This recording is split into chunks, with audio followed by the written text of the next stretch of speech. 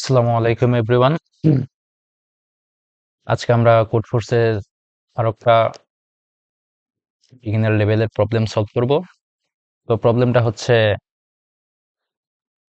2176 A operations with ইনভার্সনস। এই প্রবলেমটা আজকে আমরা সলভ করব।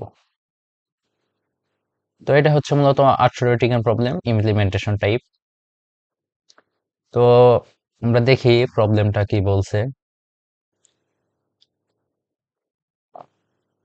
Given an array a1 a2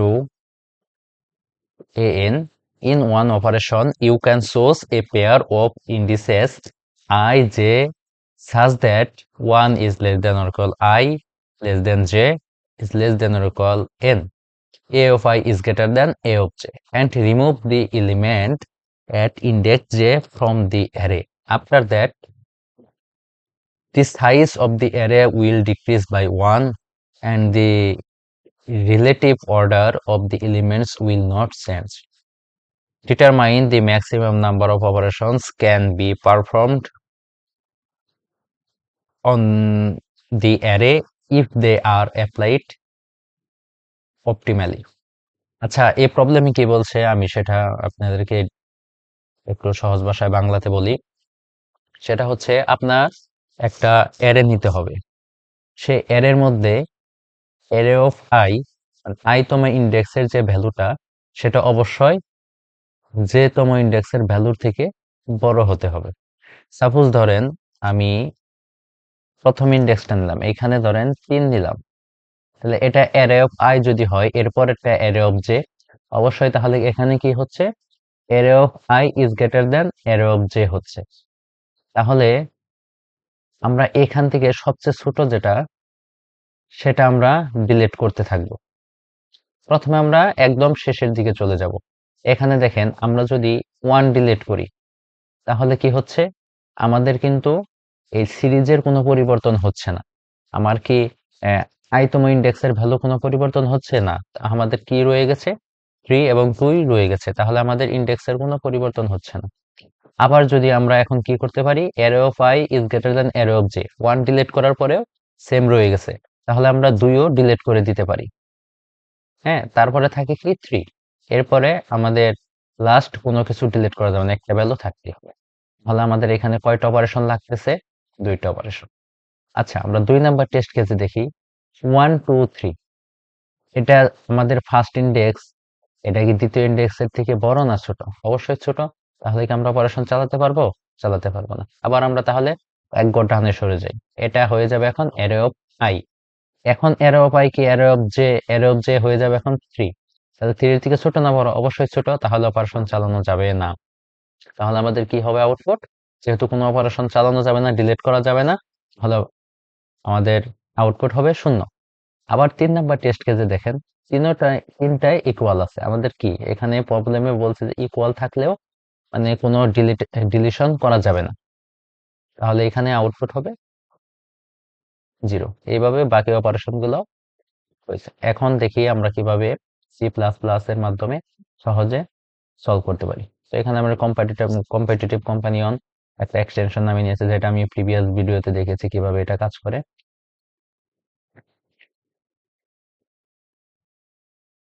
তো এটা আমরা ক্লিক করলাম, তো প্রবলেমটা সরাসরি কোড ফোর্সে চলে যাবে, কোড ফোর্স থেকে বিএস কোডে চলে যাবে।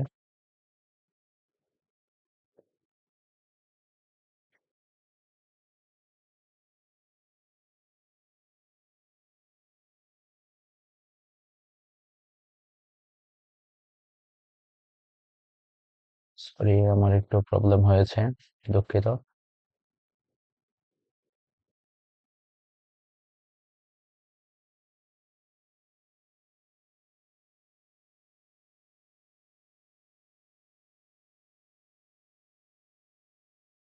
আচ্ছা, আমরা ম্যানুয়ালি করি।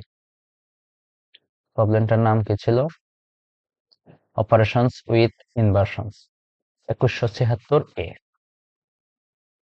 আচ্ছা, আমরা শুরু করি। Dot CPP. তাহলে আমরা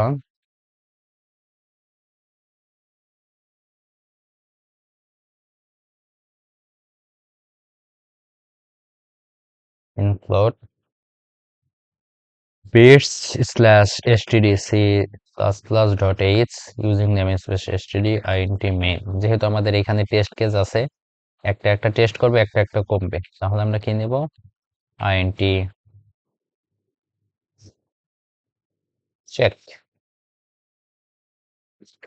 cin করব check, while check minus minus একটা একটা মাইনাস হতে থাকবে। তারপরে কি হবে,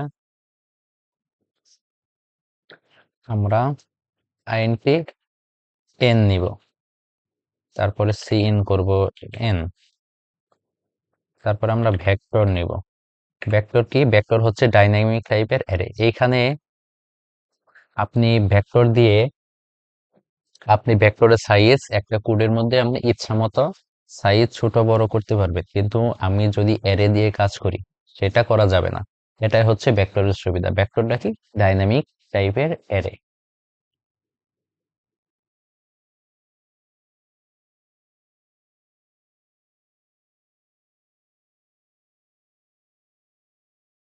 অ্যারে অফ এন, তারপরে for loop array of I নিয়ে নিলাম।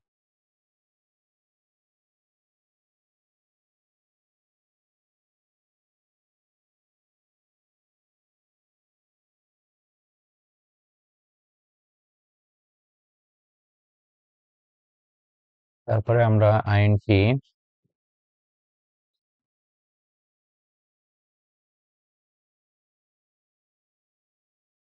ম্যাক্স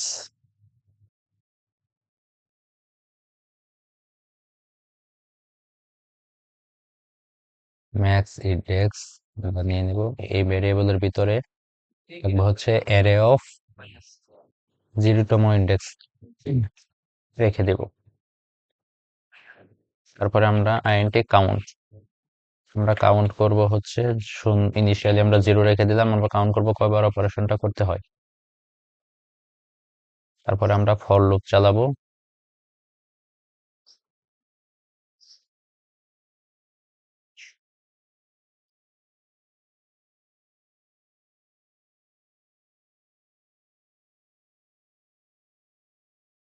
আচ্ছা, দেখেন এখানে কিভাবে কোডটা কাজ করলো আমি আপনাদেরকে এক্সপ্লেন করি। আমরা প্রথমে একটা ভেক্টর নিলাম, ভেক্টরের মধ্যে আমরা ইনপুট নিলাম। ইনপুটটা কবে হবে, ইনপুটের সাইজটা হবে কত, আমরা n এর সাইজ দিব যত।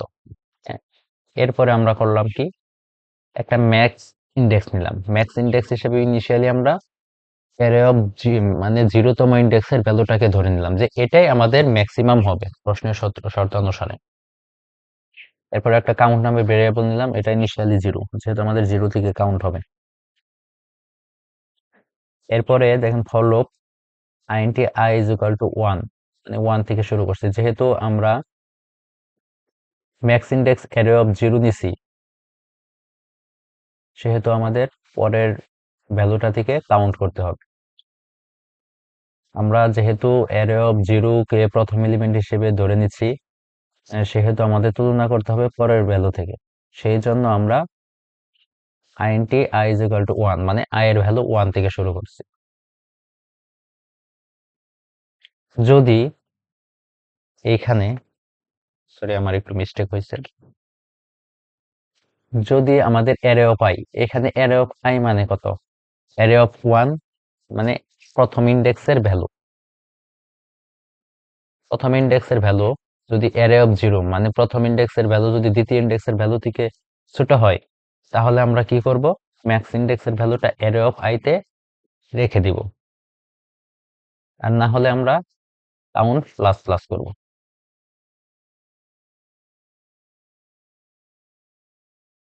সরি আমাদের সিম্পল মিস্টেক হয়েছে, এভাবে করলে cnt প্লাস প্লাস হবে, একটু সিম্পল মিস্টেক।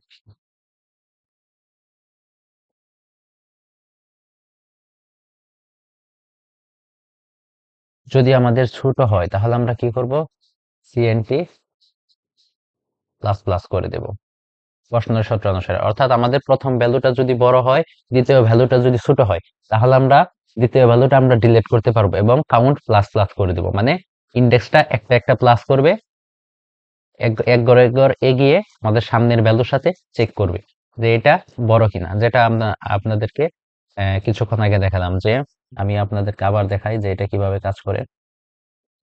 প্রথম টেস্ট কেসে দেখেন 3 3 দ্বিতীয় ভ্যালুর থেকে array of 0 array of I 1 এর থেকে অবশ্যই বড়, তাহলে আমাদের কি হবে, অ্যারে অফ আইটা এক ঘর সামনে চলে যাবে।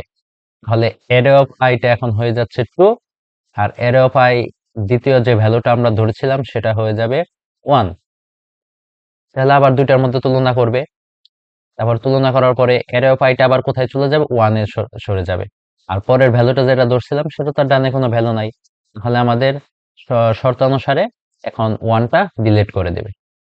আর আমাদের লুপটা এভাবে চলতেই থাকবে যতক্ষণ পর্যন্ত আমাদের কন্ডিশন শেষ না হয়ে যায়। তারপরে আমরা কি করব, এই যে কাউন্ট কয়বার আমাদের এই ডিলেশন অপারেশনটা আমরা করতে পারলাম, সেই অপারেশনটাই আমাদেরকে প্রিন্ট করতে বলা হয়েছে। তাহলে আমরা কি প্রিন্ট করে দেব, সিআউট সিএনটি, মানে কাউন্টটা কয়বার কাউন্ট করলাম সেটা প্রিন্ট করে দেব। এখন আমরা এটা একটু রান করে দেখি যে কাজ করে কিনা। আমরা এখান থেকে ইনপুট গুলো ধরে নিয়ে আসি।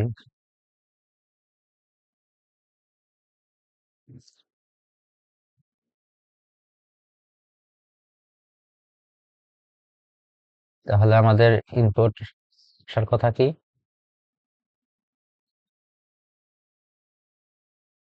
2। পরেরটা আমরা কোনো অপারেশন চালাতে পারবো না, আউটপুট আসবে 0। 0 আসছে, আসছে। পরেরটা আমরা সবগুলো ইকুয়াল 0।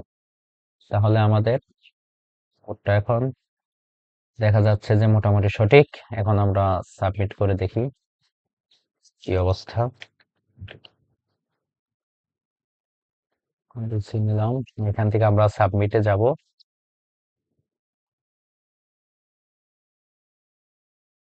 কন্ট্রোল ভি করে দেই।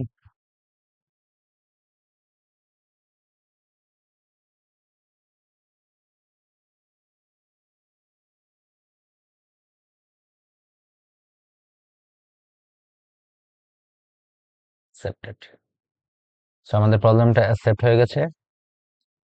তো ধন্যবাদ সবাইকে সাথে থাকার জন্য। পরবর্তী ভিডিও অতি শীঘ্রই আসবে। সাবস্ক্রাইব করে অবশ্যই পাশে থাকবেন। ধন্যবাদ সবাইকে। আসসালামু আলাইকুম।